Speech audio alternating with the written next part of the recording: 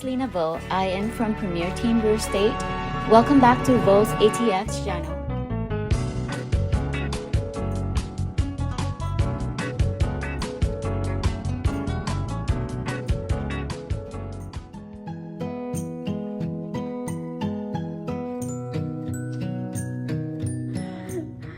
Welcome to Tidal. This is gonna be your first time. It's gonna be your first home. So excited. Yeah. So excited. It was a long process, right, to get us here. Yeah. Very long process. And then But finally we did it. Yeah. yay! Awesome. Thank you For the to holiday Lena. weekend. Thank you so Thank much. you.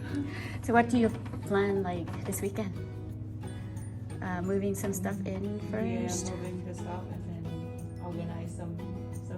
Get a good sleep. Yeah. Get a good sleep. You weren't able to sleep in the last few days. We weren't Cannot able to sleep sleep well last last night.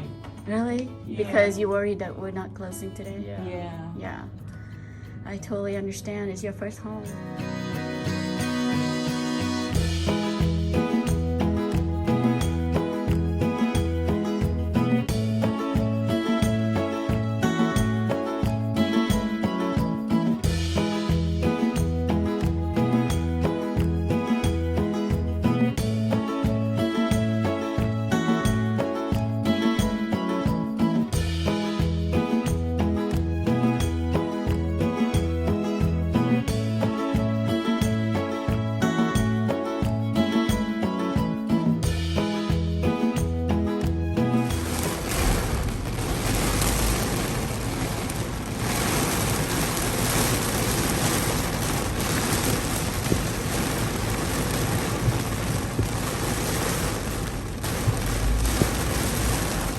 Okay, Vi and Đạt, welcome to your new home.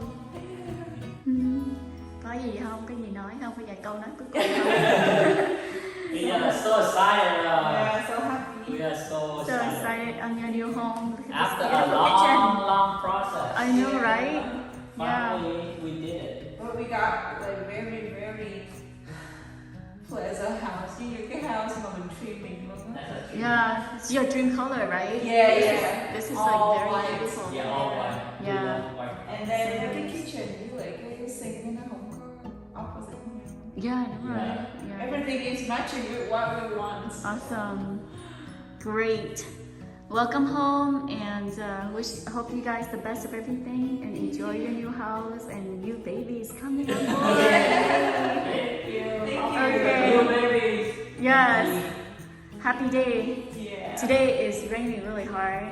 In our culture, if it rains when you move to a new house, that is a lot of good luck. Yeah. That's how Everything, prosperity, good health, and good money.